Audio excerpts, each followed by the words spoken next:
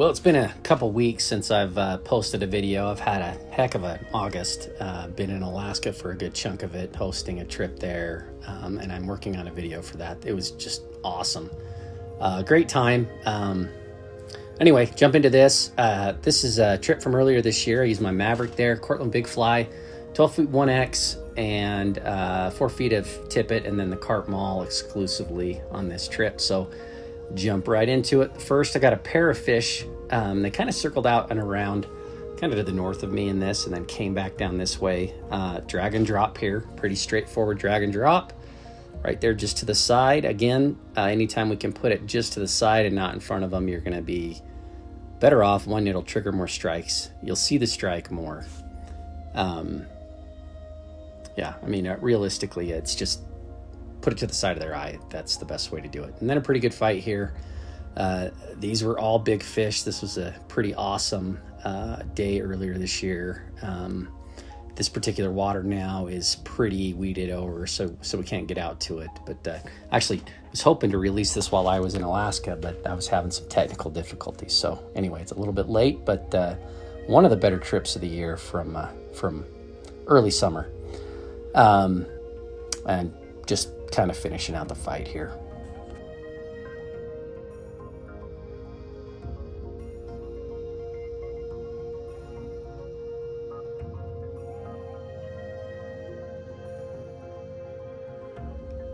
Yeah, really solid fish. A little bit skinny, but still, I think it ended up just under 20 pounds. So this was a great fish. So got another one here cruising along. This is a pretty good cruising eater. I mean, you can just kind of see the pace of it is kind of slow and steady. Again, a little drag and drop there. Trigger the strike as it comes in. You see its mouth going already right there. I mean, this one's cruising around eating, but do the drag and drop. That one I ended up putting right in front of it. Not ideal, but it worked out okay. Again, on those longer casts, sometimes you can't help it. And that one was another situation where the longer leader really came into play because it was a little bit too far away for your drag and drop where the fly line doesn't hit the water. And again, that's the primary reason why I go with like 14, 16, 18 feet of leader, is to make sure that on those longer shots, I can still do the drag and drop, because there's just no question. If you're not doing the drag and drop, you're missing out on a ton of opportunities. And again, really solid fish. This one was, I think, just under 15 pounds. Big, kind of stubby, but great fish. Great big old school of fish in this pod right here. These can be really difficult because there's so many eyeballs. And some people think these are easier shots, but in reality, these are the hardest because it's so easy to spook the fish. So you'll notice there on this one how I really was targeting the edge of the group there, right? I didn't cast out over the whole group, and then that one hit it. Now, I missed that one. You saw the shot there. So looking for another opportunity here, and you'll see I kind of thread it. Now, those two that it landed on are probably spooked. The one I pulled it over is spooked, but the one that actually comes and eats it, and the one I targeted there, I mean, it was a good cast to that one, and then I did the drag and drop and brought it in on it. If those other ones had spooked more aggressively, more violently, then that whole shot would have been over. But that is the same school that was from the previous shot, and I missed the one, so there was already a little bit of tension in the water, but they didn't fully spook until I hooked this one. So, you know, you got to take your shots where you can, but trying to make sure you're not putting it over other fish is pretty important. I actually didn't see the two smaller ones in that shot until I saw the drone video. It was just the one that was the closest to me, which actually was the one that had originally eaten my fly, and then I missed it. And then again, pretty good fight, and another really solid fish.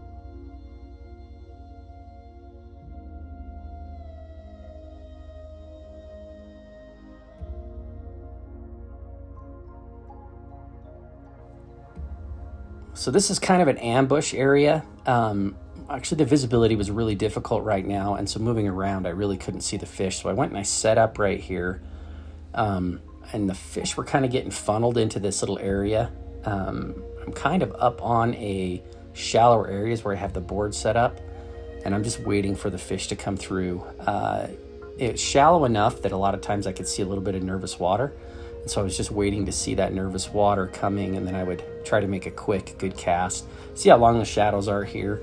This was kind of a later in the evening where I was set up to do this. The visibility was just really bad at this point. Looks pretty good from the drone, but being down on the water, it was really difficult, and there was just little windows, and so that's what I was really trying to set up for. Fun watching me try to get this one in the net. Another big fish. I mean, all of these were double-digit fish, which, that's pretty rare for the areas I fish. 5 to 7 are normal, but every one of these was over 10 pounds. So this was a great session. Late evening session, which is some of the hardest time just because of the light. So another one here, right? I'm just kind of set up in an ambush position on this really shallow water. Made a cast over to this one and was able to trigger a strike. And then it got off immediately. So I'm sitting in the same spot right here, so you can see all that mud cloud that's right there. That was from the last fish that I just hooked. I just sat right here and waited again, watching nervous water for this group to come in. Now, I was actually more targeting this one that turned away from me, but the one in the back came cruising in over here and came over and smashed the fly. So I knew there was two there, but the back one was the more aggressive, and he came over and got the fly. Love it when they're that aggressive. It's not always the case. And again, another great fish in an ambush situation.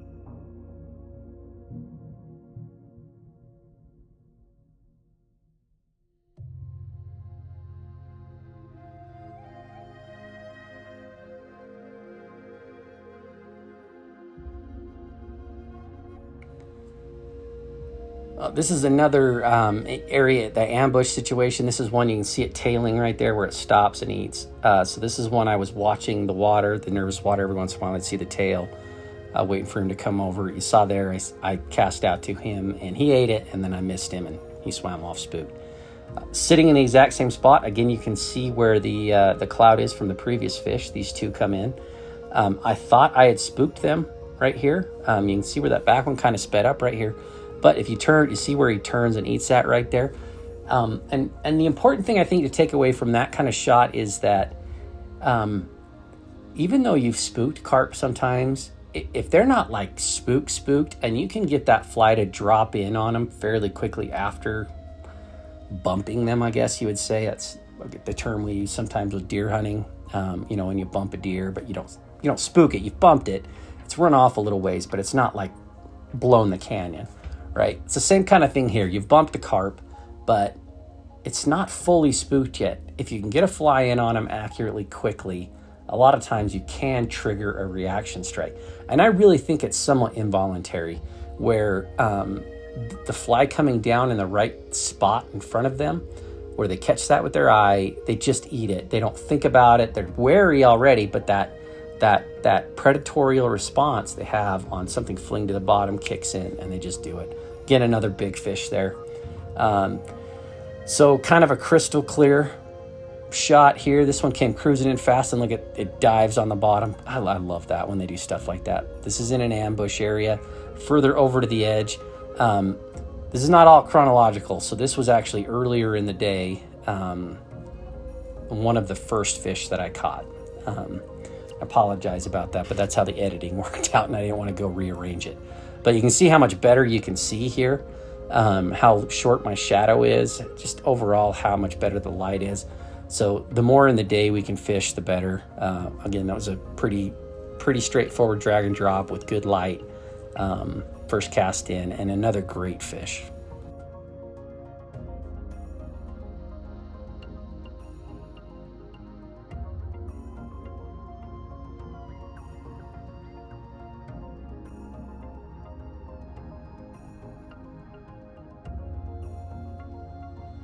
Yeah, that is just a phenomenal specimen of a common carp. Just an absolutely beautiful, big, healthy fish. So got a pair of 3 working here. This is again in that ambush area. Again, you can see the shadows aren't quite as long. This was a little bit earlier in the day. Again, apologize for the chronological. Normally I put them in chronological order. But yeah, anyway, the way they loaded up, they didn't. And I don't want to fix it. Sorry. Anyway, drag and drop here. I had to work this one in front of them a little bit to finally get them to eat it. I thought I might have spooked them, but I'm using that 16 feet right there, and I was really making sure I kept my fly line back from them. The shadow is to my left as I'm casting at them, so there's really no shadow concerns right there, as long as I keep my line away from them. It's an unweighted fly in this case. They were either all carp mauls or blind mauls.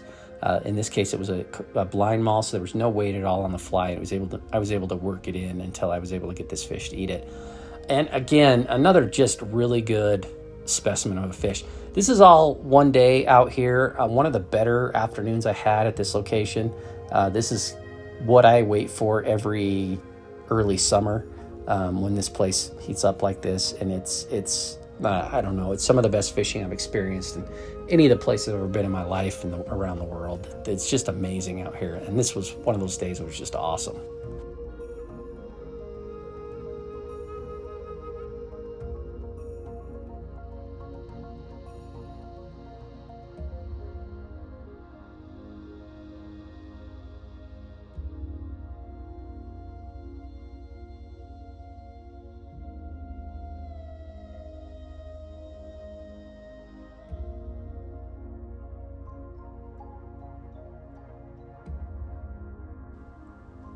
Again, another just fantastic specimen of a common carp, in the mid double digit, 15-pound range, which is what a lot of these were. So just great fish, big fish in shallow water. I mean, you see how shallow that is. His back kind of comes out of the water there as he comes up into the more shallow area.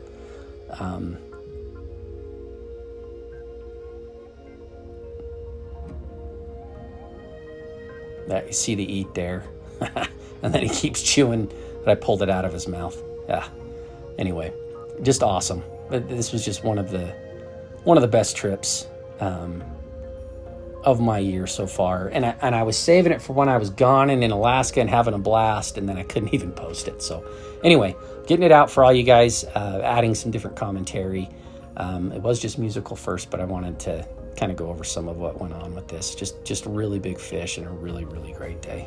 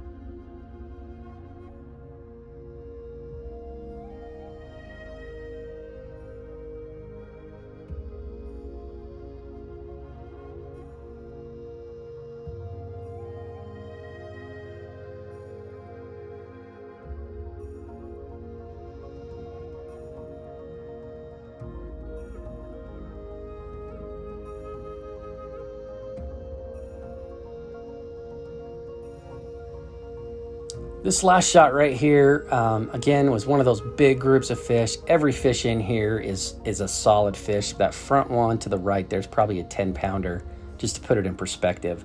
So I don't think we had anything in here that was breaking 20. But yeah, I pull it over and you get the 10-pounder right here out of the big group. Now, I thought about waiting and trying to pick out one of the other ones. I mean, they were all 10 to 15 pounds, and that was definitely the smallest in the group. But it was giving me by far the best look.